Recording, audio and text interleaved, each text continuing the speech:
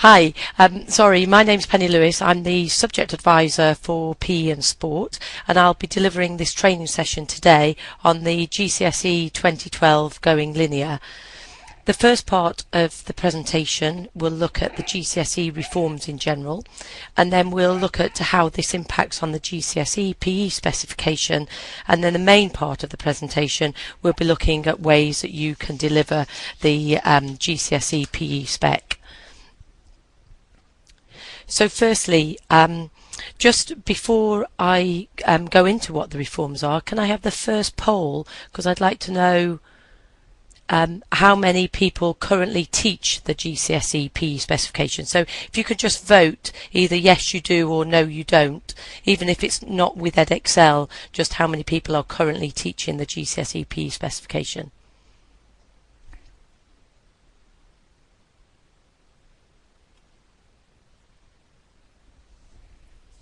Okay, so just looking at the results, most of you are teaching the spec. There are a couple of people who are new. If at the end, if the people who haven't taught the GCSE PE spec before, then I'm more than happy to answer any questions.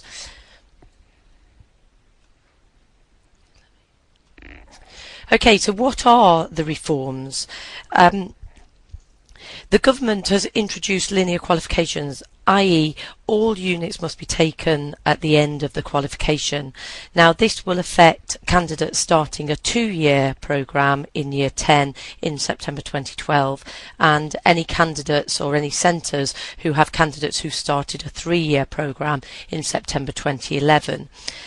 For some subjects, and PE isn't one of them, but for some subjects there will be additional marks for spelling, punctuation and grammar, but say for PE this isn't applicable.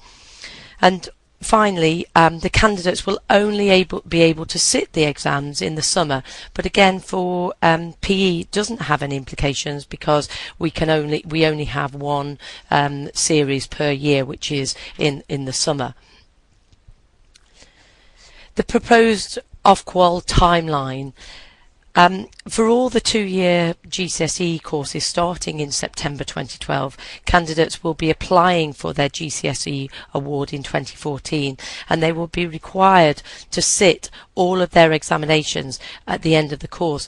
Please excuse this slide because it is in a lot of detail, but that predominantly for GCSEs where there are January, March, June, November series. For PE it is really quite straightforward because we only have a summer series, so any candidate who will be applying for their award in summer 2014, then they must be following the new specification where they sit all the units at the end of the course. Candidates who apply for certification of subjects awarded in summer 2013 or earlier, they will be permitted to enter as a modular. I will explain a little bit how that has implications for GCSE PE. So your current Year 10 candidates sitting their exams in summer 2013 actually will not be affected by this new these new specifications.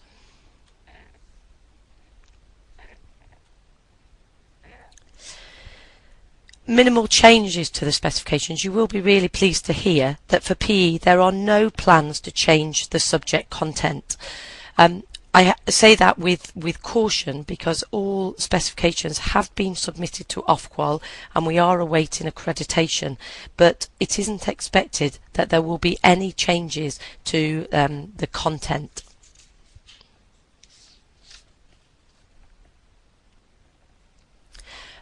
Additional marks for spelling, punctuation and grammar. Again, the additional marks for spelling, punctuation and grammar are not being brought in to PE, so you don't need to worry about this. However, on the extended writing questions, which are in the GCSE PE question paper, candidates will be assessed on their quality of written communication, and that is an integral part of the mark scheme. It won't be additional marks, but it is integral to the mark scheme. The controlled assessment for PE is a practical where they have to carry out 4 practical performances for the full course and 2 for the short course, and the analysis of performance including the PEP. You will be able to continue to assess the analysis of performance at any time throughout the course, but the marks can only be submitted at the end of the course, and the candidate's work must be available for the moderator on the moderation day, or the candidates may be moderated if it's a question and answer session. They could be requested for to be moderated on the moderation day, or evidence must be sent off to the moderator via video if you have less than 20 candidates. As with the old 1827 specification, controlled assessment, or coursework as it was called, can be carried forward if the candidate wants to resit the whole qualification.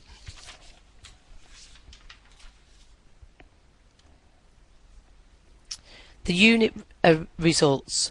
Because GCSE PE only has 2 units, this is not really relevant. As I said in the previous slide, candidates will be able to carry the result of the controlled assessment in order to retake the whole qualification. For example, if a candidate sat the qualification, Unit 1 or Unit 2, and wanted to resit one of them, they would be able to carry the marks for the controlled assessment. But they would have to carry all the marks, not just 1 or 2 of the marks.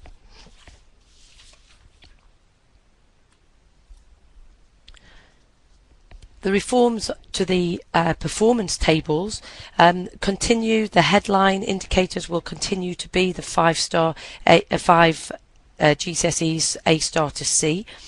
All qualifications will count as one qualification regardless of the size.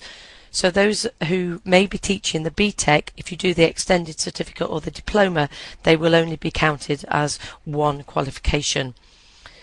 We are waiting clarification, but we don't think that candidates will be able to count the GCSE PE and the BTEC sport as 2 qualifications. We expect that Ofqual will announce that it will only be one qualification.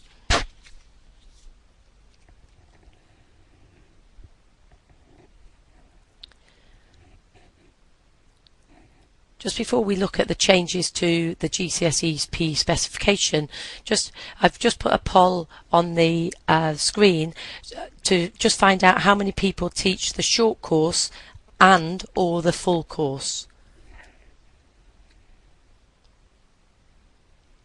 If you can just tick which one you teach, whether it's just the full course or both the short course and the full course.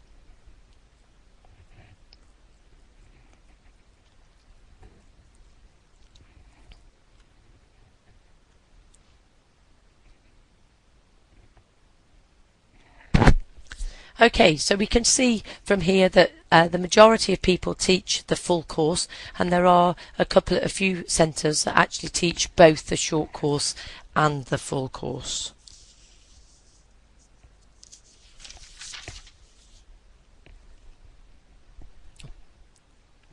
Okay, so what changes are to the PE specification? Fortunately, as I mentioned earlier, there are very few changes. The main change is which will affect the centres that are teaching the short course and the full course, is that candidates will not be able to transfer the marks from the short course practical to the full course. For centres who have been teaching the short course and they have been transferring the mark, they will not be able to top up. That's the main thing.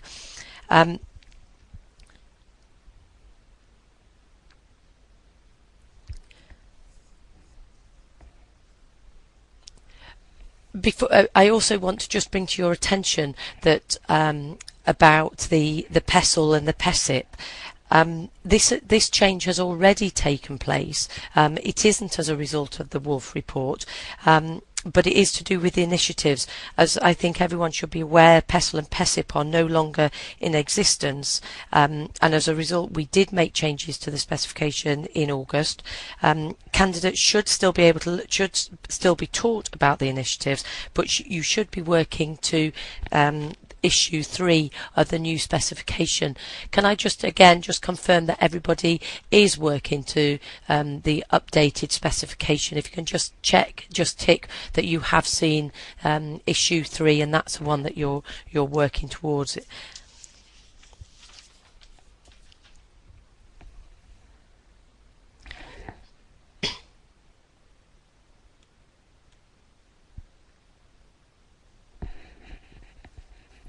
Okay, most of you are working towards it with the issue 3. For the centre who isn't working with issue 3, then if you, I'll talk to you at the end, and I'll make sure that you have you're able to get access to the issue 3 updated specification.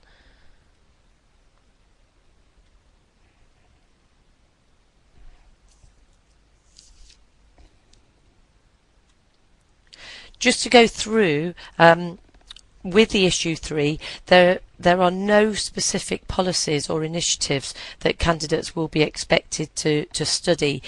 PESL, PESIP, they're no longer in existence, but candidates must still gain an understanding of the common concepts that underpin the initiatives. For example, the initiatives, the main aim is to increase participation, or for people to keep involved with physical activity.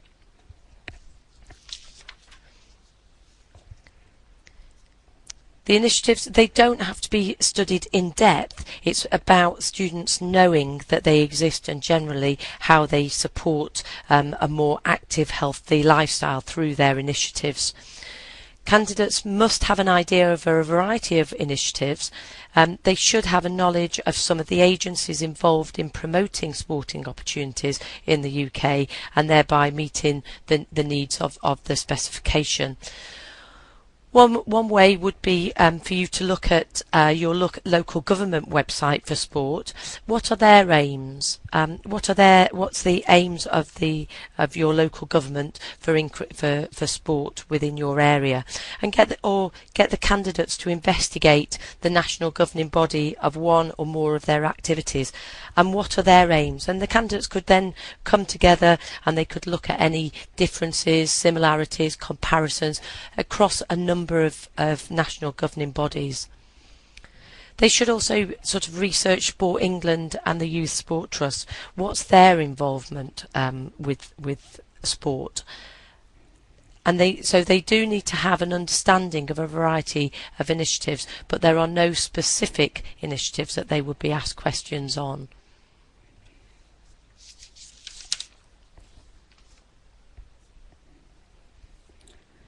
We'll now look at the structure of the GCSE PE course. And again, I just want to check with centres, do your candidates sit the theory and practical in the same series, or do you have candidates that sit theory in one series and the practical in a different series?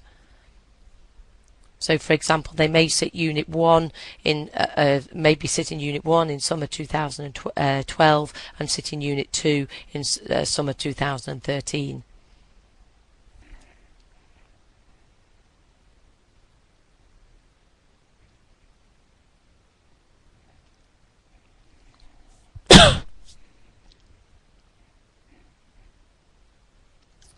Okay, that's really positive, because everybody is actually teaching, so the candidates are sitting Unit 1 and Unit 2 in the same series, which actually means that most people are teaching the theory, the GCSE specification in a linear way, and therefore the implications of the Wolf Report and the new GCSEs will have very limited impact, which is good.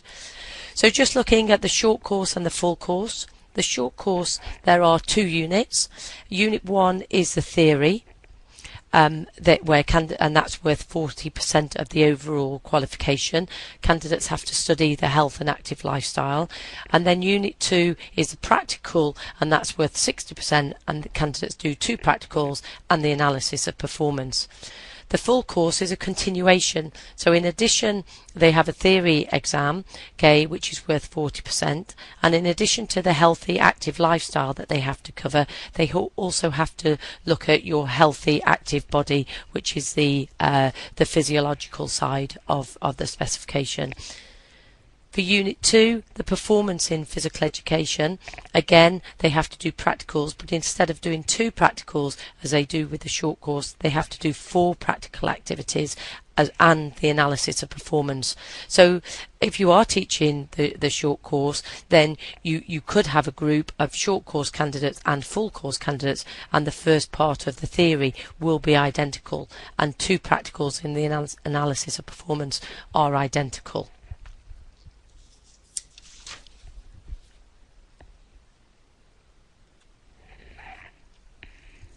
The controlled assessment for Unit 2, which is the practical, students offer performances in a practical context, and they can either be a performer, player, participant, however you want to describe it, an official or a leader. If they're doing the full course, they offer 4 practical activities. It must be from 2 different areas within the specification, so it might be a game, an interactive game and fitness, or it may be an individual's activity and an outdoor activity, but it must be from 2 different areas, and 2 of the 4 activities must be in the role of the performer.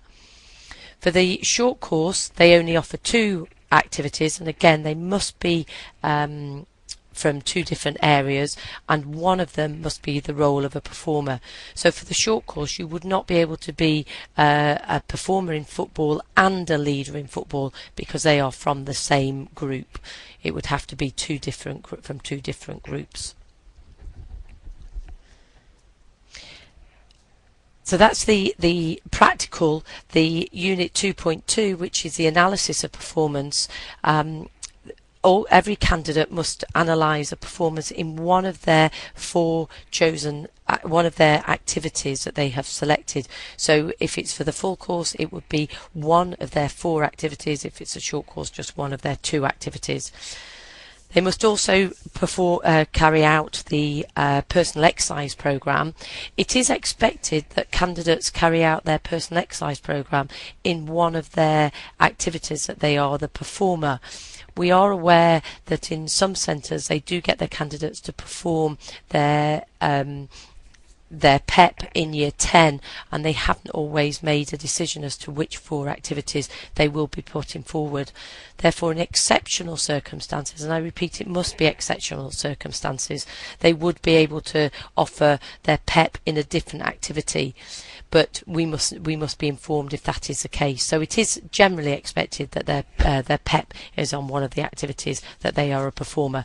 The analysis of performance, the first 4, must be on one of the activities where they are a performer. Let's have a look. Within the analysis of performance, they have 5 tasks. The first task is the rules, regulations and terminology. Candidates are expected to be able to have an understanding of the rules, the regulations, and using the correct terminology. Candidates can be assessed in their analysis of performance in 3 different ways. They can be assessed either through question and answer, so that would be the teacher asking the candidate questions about the rules and regulations, or they could be assessed through written format. Some candidates really don't like to be questioned. They feel intimidated, or they clam up and they don't perform very well. So it might be that some candidates will prefer to actually sit in a classroom under controlled conditions and look at be able to explain the rules, regulations and terminology. The other method of assessment would be through presentation, where the candidates sort of present their work. If you are assessing candidates through written or through PowerPoint presentation, then once they've submitted their work, you're not able to ask any questions. You're not able to give feedback. You take the work in and you mark it. In relation to question and answer, obviously you are asking questions to the candidate because that's the nature of the assessment. But once you've assessed them, that's it. You're not able to reassess them again. So, for example, if you're looking at the rules, what's the rules of a particular activity? In athletics, what's the rule about the false start? If you're in rugby, the line out. And if you can either look at a live performance or you could look at a video, and sort of you need to teach the candidates over a period of time the rules and regulations. They can go off and investigate how is a football league set up, how is it run. If they're looking at cricket, how's the 2020 championship organised. They can go and investigate it, and then when they come back, if you're assessing them through question and answer, then you can ask them questions about the regulations. And throughout the assessment, they need to be using the correct terminology. The correct language should be used. If they're talking in golf and it's a birdie, an eagle, etc. In rugby, the drop goal. Just making sure that they have an understanding.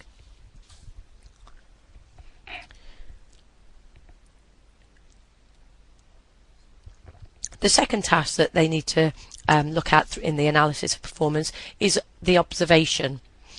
Now, I often see many candidates where they're told to go and observe a performance, and again, it could be a live performance or it could be from a video, and they often don't know what they're supposed to be looking at. So before they start to observe something, it's really essential that they know what they're looking for. How well something is performed. Is it if they're looking in a swim race, is it the start of the race? Is it at the tumble turn? Is it their finish?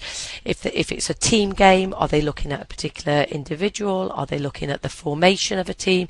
Are they looking at one team or both teams? Number of free kicks in football, and it's really important. And if you had a group of students, each student could be, or they could be in pairs, and they could be looking at different things. Observing what happens, and have said it could be a live match or it could be a video. What's the strengths, what's the weaknesses, what's going on, what could go wrong, using the correct terminology. If they're observing something, they should have a little tally chart. If they're looking at the number of free kicks, the number of passes a team are putting together, have a little tally chart so that they can see the maximum number of passes a team put together.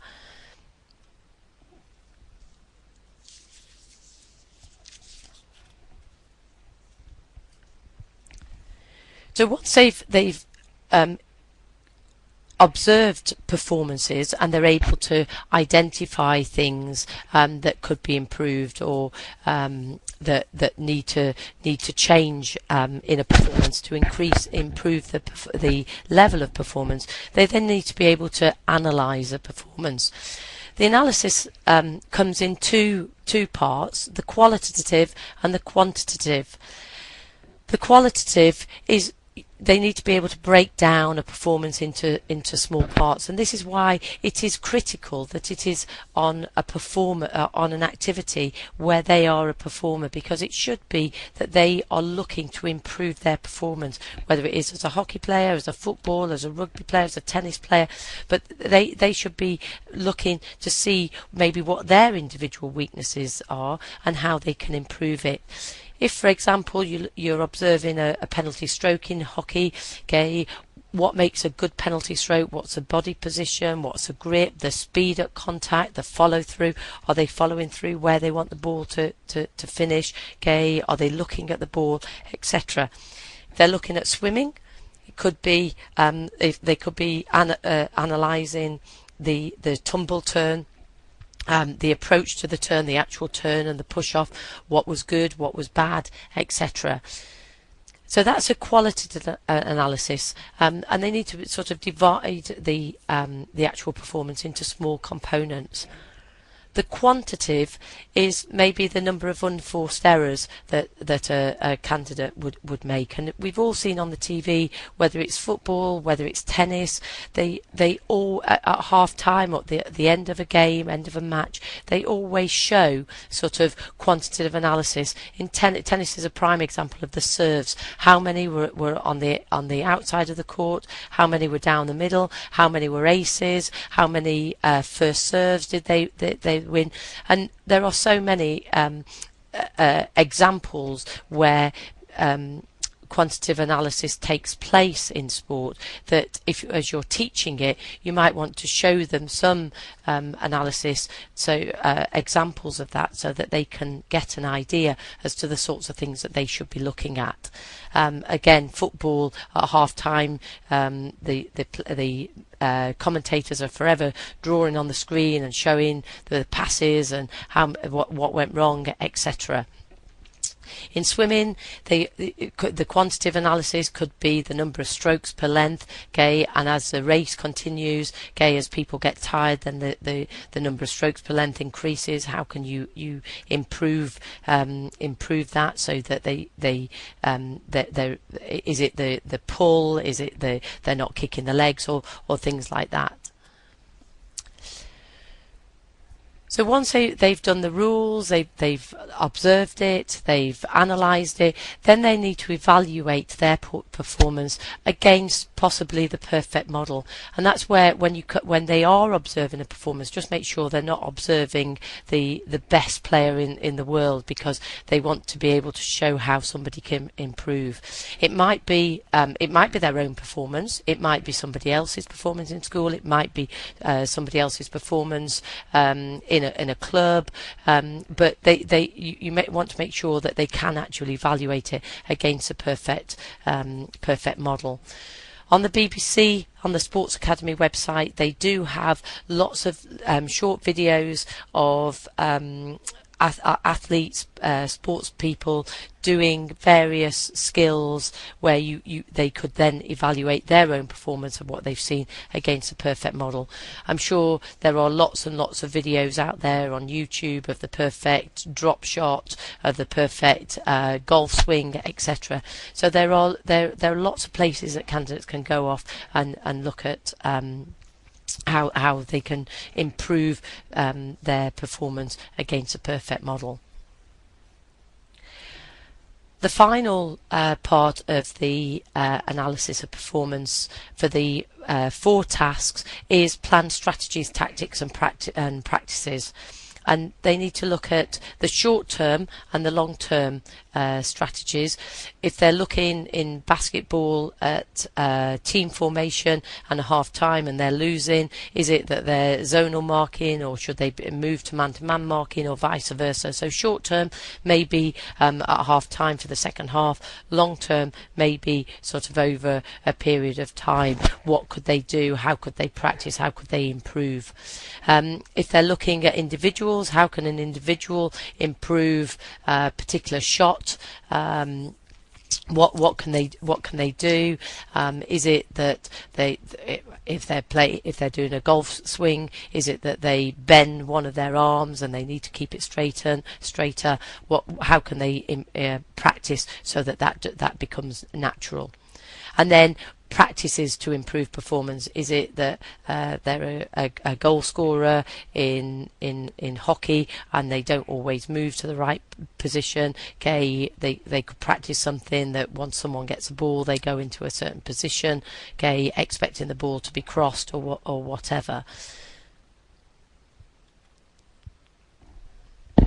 Okay, so that's the first part of the analysis of performance. The 4 tasks, just to recap: the rules and regulation, the observation, the evaluation, and the planning for improvement.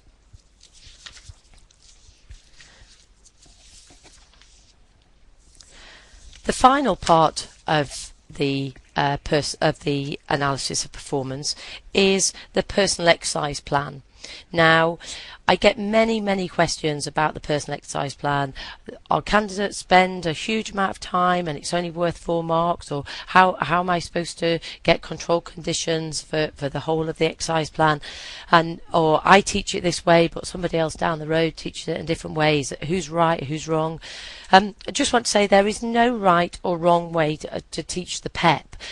Lots of people, most of you have been teaching the specification, the old specification, and therefore it was part of the old specification. So I'm sure the way that you've been teaching it before, if there was no problems at the moderation, is probably a fine way of teaching it. And there isn't any one way. The only thing that I would say is this. I'll give you an example of how I would teach the PEP if I was still teaching. I think the first thing that I would do is I would look at and discuss and research what a PEP is. Look at the topics in the theory so that you're covering the theory that then can be applied to the practical. So reasons for taking part in a 6-week PEP, sort of the different types of fitness testing that could be done, and they could actually do lots of fitness testing, whether it's for grip strength, whether it's cardiovascular fitness, muscular endurance, etc. So that you're teaching the theory. You're teaching the theory side of the course in a practical way, and then they'll gain an understanding which they can use for their individual PEP. Questionnaires, they can go off and find out from a gym what questionnaires do people have to fill out before they start to do exercise. The SMART targets, make sure they understand what the SMART targets are. Types of training programs, different methods of training. Is it circuit training that they're going to be looking at, etc. Principles of training.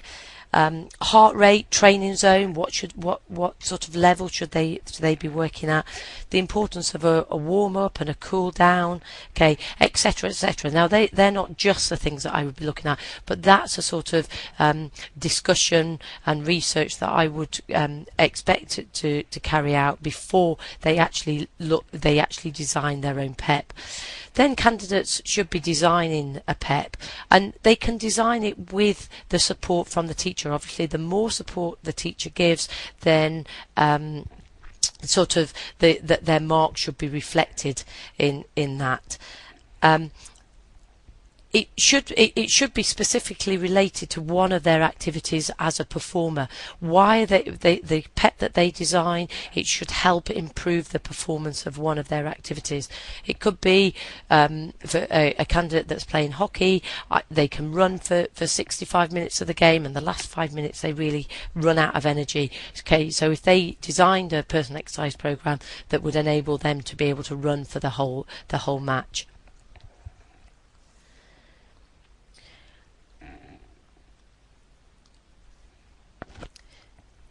Some centres allow their candidates to carry out the PEP in the summer holidays.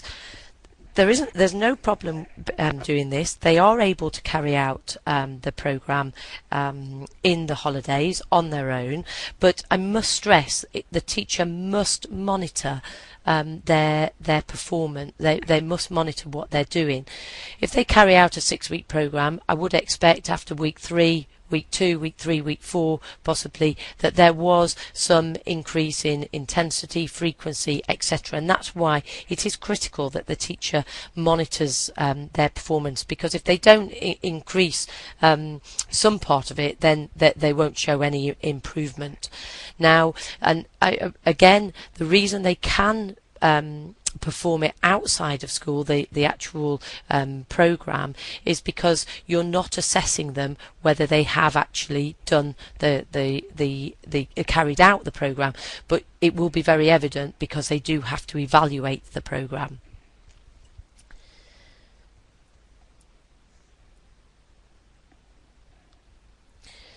So once they've carried out the programme, every candidate should have a different programme. It depends on the level of fitness that they have at the start. A county player, I would expect, would have a different programme to someone who has done very, very little exercise.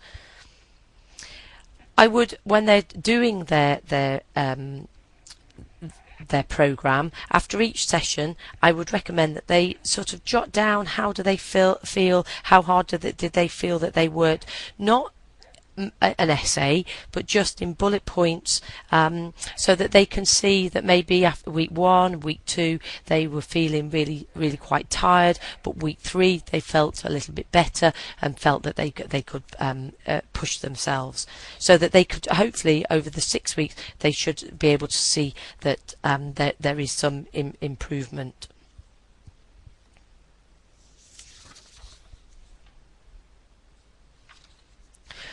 Once they've carried out their PEPs, okay, then the idea is that the candidates then take all their notes from their theory, their notes from their actual training program, into a controlled condition and a controlled environment, and then they write up their PEP.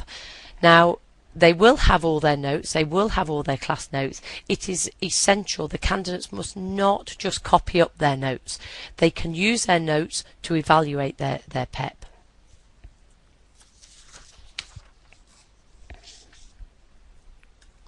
So what should be in their PEP? Their write-up should include a background, a brief background. How active are they? Are they currently training 2 times a week, 3 times a week? Do they play for school? Do they play for club? So that we have an idea as to what their level of fitness is at the beginning. What are their objectives? Okay, what their objectives should be to improve their performance in a particular area. And as I said before, it might be in a netball game. They might get very tired towards the end and they want to improve their cardiovascular fitness. They should do testing so that they can actually measure whether they've improved, so they should be able to talk about a test before and a test after. They don't need to mention every test that they have studied. It's only the test that is relevant to their personal exercise program. The details of the program, what is it that they've actually done? Okay, was it circuit training? Was it strength training, etc.? Why did they include the stations? If it's circuit training, why did they include those stations? And then the performance and the recording, what did they find over the 6 weeks? Did they increase the intensity? Did they go from doing it twice a week to 3 times a week? And then their evaluation, did they have some improvement? If they did, how do they think it may help them in the future?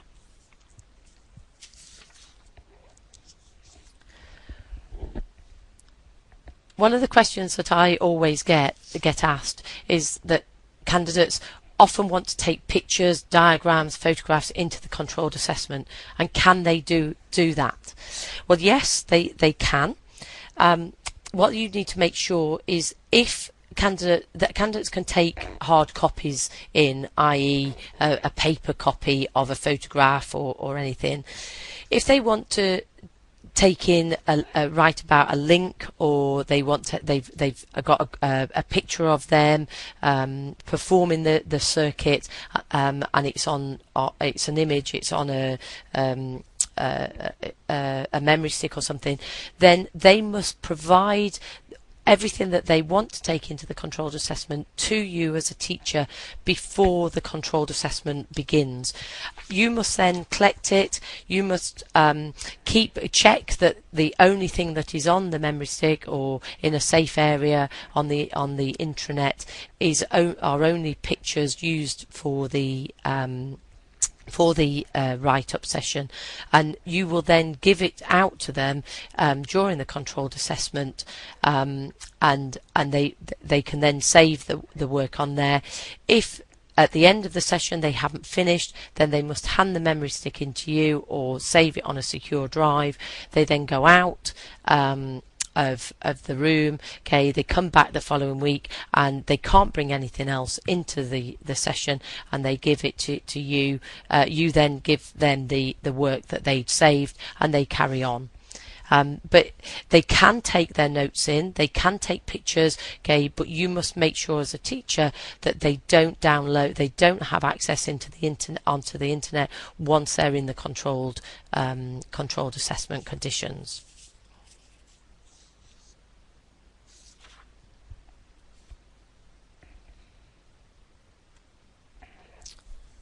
Okay, so that's briefly talking about the 5 areas of the analysis of performance: the rules and regulations, the observation, evaluation, planning, and the PEP. I hope the information that I've just given you on the PEP is helpful. The PEP, when they write it up, it should only be a couple of sides. They will have lots of notes that they will have taken in with them from their coursework, from their classroom work, from their homework, etc. That should all be available should the moderator need to see it. But the actual write-up, the actual thing that a teacher will be marking as towards their final final qualification might only be a couple of sides long.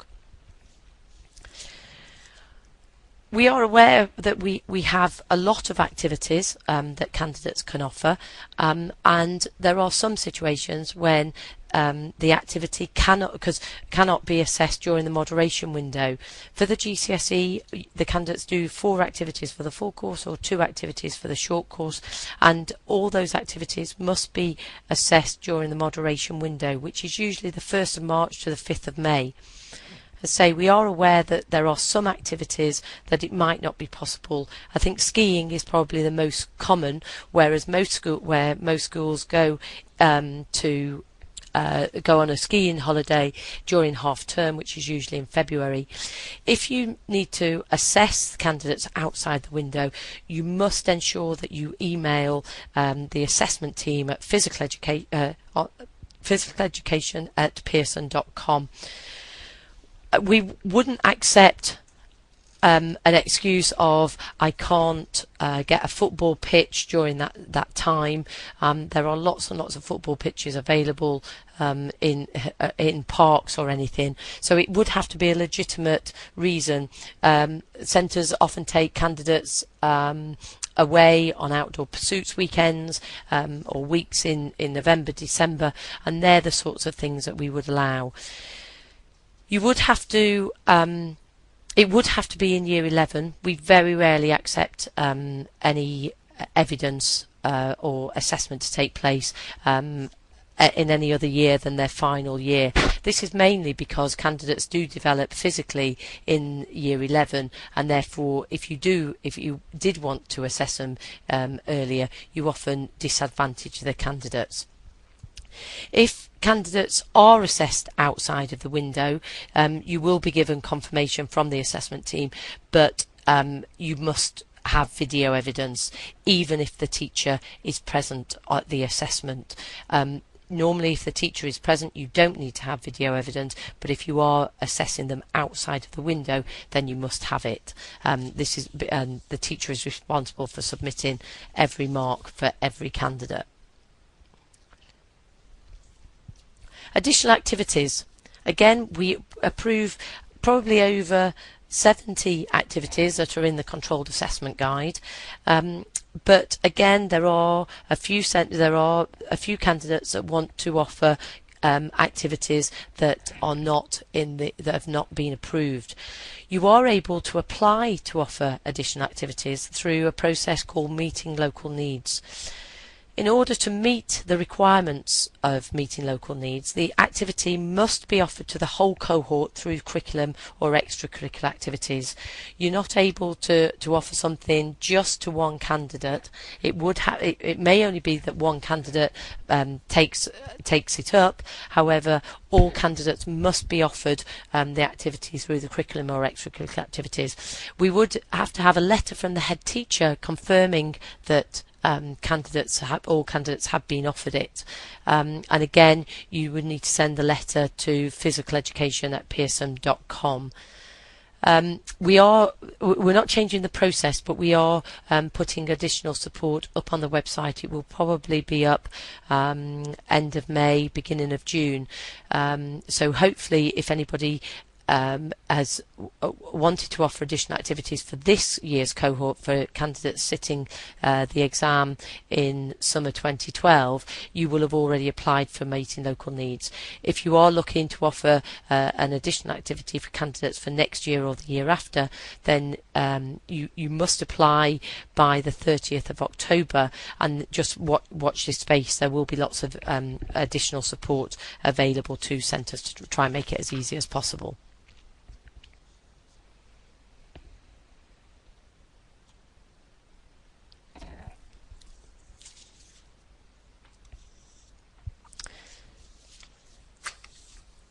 Okay, we're just going to briefly look at the theory part of the exam.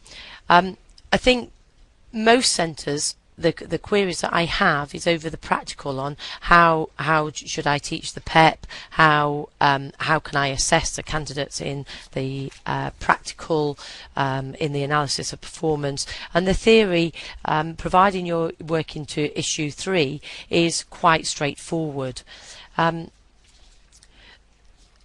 It is divided into two sections. Section 1.1, which is all candidates, whether they're sitting the full course or the short course, must follow.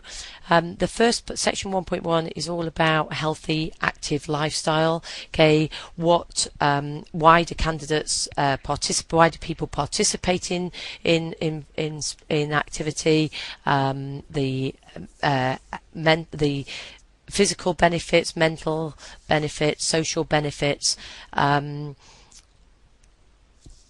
different types of physical activity. Okay, is it for competition? Is it for cooperation, etc. We look at the influences on healthy, active lifestyle, people, family, location, etc. What influences an individual to take part in physical activity? And that's the area where the initiatives, which I've already spoken about, comes in. Candidates also need to have an understanding of the exercise and fitness part of health and active lifestyle. Okay, what does health mean? What's the terminology? Explain the term fitness, exercise.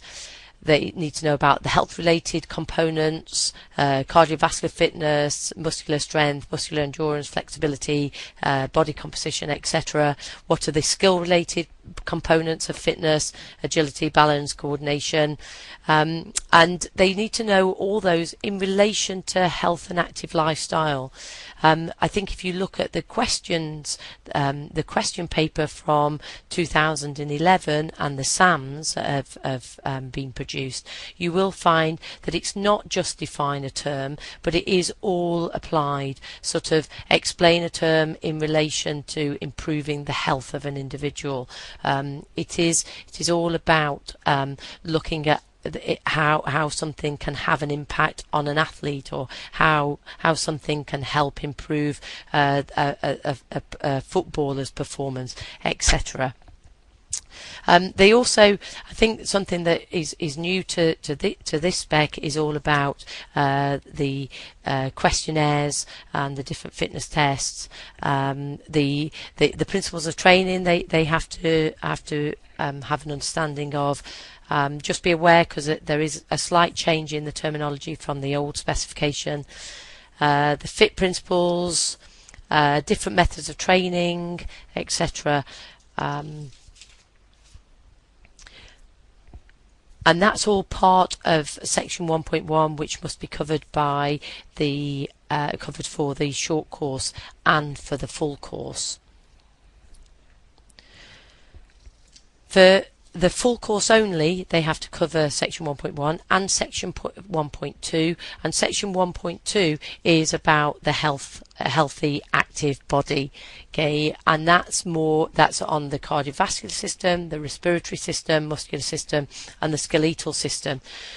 You will find that that candidates will no longer be expected to label the heart, which was in the old specification.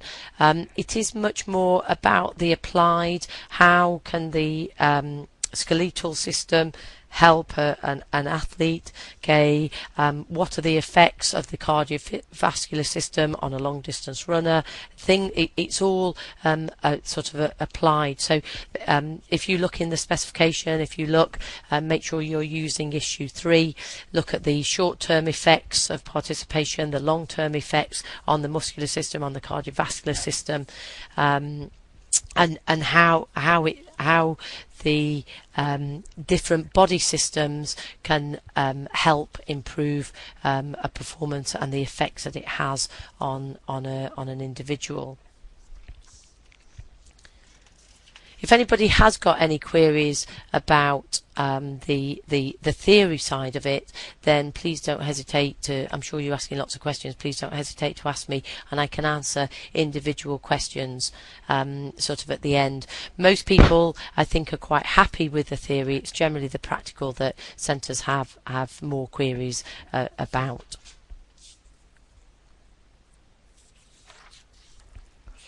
For GCSE PE, we do have a lot of resources. We have a student guide, a student book for the short course and for the full course. We have a teacher's guide. We have schemes of work. We have lesson plans. I have put on here some information on how I would teach the PEP, and which is basically what I've gone through in this presentation. There is also something on there about the analysis of performance that Tony Scott, who's a chief examiner, has produced something on the rules of one activity. I think it's the observation of another activity, evaluation, and the planning, so that you can have a look at the sorts of things that would be expected.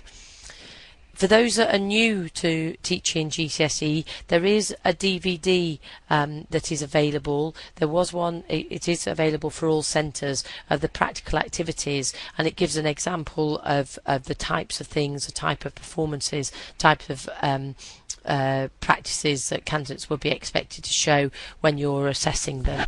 It gives an example of a boxer, amateur boxer, trampolining and yoga.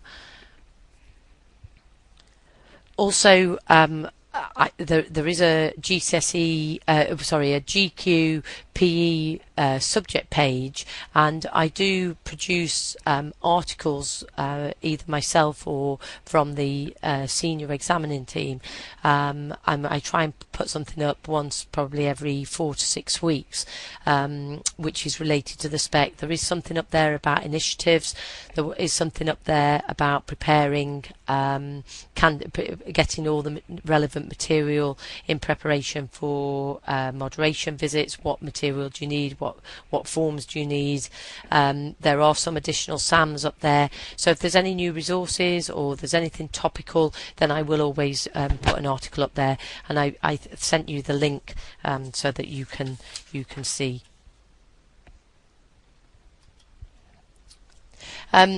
With the new GCSE, hopefully you can see from the presentation I've just given that there are very few changes taking place to the GCSE PE specification. So hopefully you'll all go out of here today reassured that actually your teaching, there really isn't anything that you need to worry about, that you can continue to teach the way that you've been teaching. There will be, in terms of examination preparation, there is going to be, I believe, the proposal is that there is Exam Wizard for the PE, and I think there is going to be an updated version of that. We obviously have Results Plus, okay, where you can analyse the results of your candidates, individual candidates, or as a whole against other schools that are comparable to yourself. Controlled assessments, there online training programs, and there's always the Ask the Expert if you want to ask any questions. There is going to be some live training sessions taking place in June. I think it's the 13th and 14th of June, one in London, one in Manchester. There will be schemes of work. There will be updated schemes of work, but literally there are really no changes to the current ones if you've been using the current ones. The only changes, if there is related to that you won't be able to top up from the short course to the full course. There's planners, and they're all available on the website. And there will be training. There will be free online tutorials and local events. Just a final. Hopefully you're still all listening. Hopefully the final poll that I have got is: does everyone receive my updates? I send an update out probably once every month, every 3 or 4 weeks, which my aim is to keep centres informed as to things that are going on within the PE specification.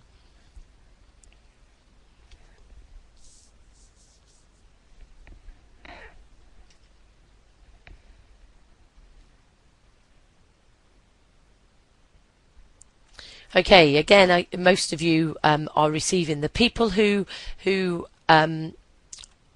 aren't receiving the updates, it is well worth sending me an email. You can see on here my email address is, although it's quite long, PE and Sports Subject Advisor at edexcelexperts.co.uk. If you just send a blank email to that address, and you will be put on the database, and you will then receive my updates. But anything that's come up, any new SAMs, any training events, etc., I do try and send out and keep centres up to date. You can also call me on 0844 576 0036 if you've got any queries, however small. Please don't hesitate to ask. If it is something that I can help you with, I will. If it isn't, then it's something that I will investigate and get back to you. We also have Ask the Expert, and that puts you in direct contact with our senior examiners, and you're able to ask any question. It doesn't matter how big or how small. We're there to help you. And again, the marketing team will be sending out a series of mailings to make sure that you are kept up to date. I've already mentioned the subject page, so just keep an eye out on the subject page for anything that's new, any additional material. But hopefully, if you sign up to my mailing list, then if anything new comes on, I'll be sending out the links.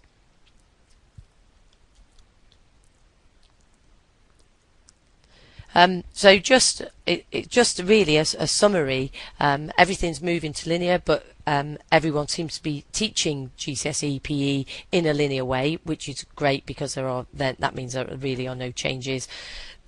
Spelling, punctuation and grammar is coming in for a couple of subjects. It's not relevant to PE. However, again, I've already covered it. In the extended writing questions, candidates are assessed on their quality of written communication. So it is important that they do get their they do their spelling check, and they write in sentences, because the essay questions will be they will get assessed on their quality of written communication. There's no plans to change the subject content for the GCSE. No plans for the controlled assessment. You can still assess the candidates in the controlled assessment at any time, in the analysis of performance at any time, but the formal assessment of the practical is, as always, it has to be in the moderation window, which is the 1st of March to the 5th of May. Restricted to summer series, well, we only ever have summer series, and the headline indicators will be still the 5 GCSEs A star to C. There is a website at the bottom, okay, which will keep you up to date on any GCSE reforms, any news that we have. The thing that we are waiting is approval from Ofqual that the specification has been reaccredited. We are hoping to hear probably very shortly, as are most of the other subjects. Okay, I've gone through hopefully most of your query, most of, well, the specification. If you have got any questions, then please don't hesitate to get typing. I'm sure quite a few of you have already been writing questions, and hopefully I'll be able to answer them very, very shortly. I hope you've enjoyed the training. I hope you found it useful. And if you've got any questions, please don't hesitate to get in contact with me. If you send an email, it's quite good that if you put down a time, or if you want to talk to me, put down a time and a telephone number, and I can always give you a call back. I know people are teaching and are off in and out of lessons. I'm in and out of I'm often in schools, but I can always get back to you. So if you think, gosh, I need to talk to Penny, then just put your contact details and a convenient time, and I'll try and get back to you. Okay? Thank you very much.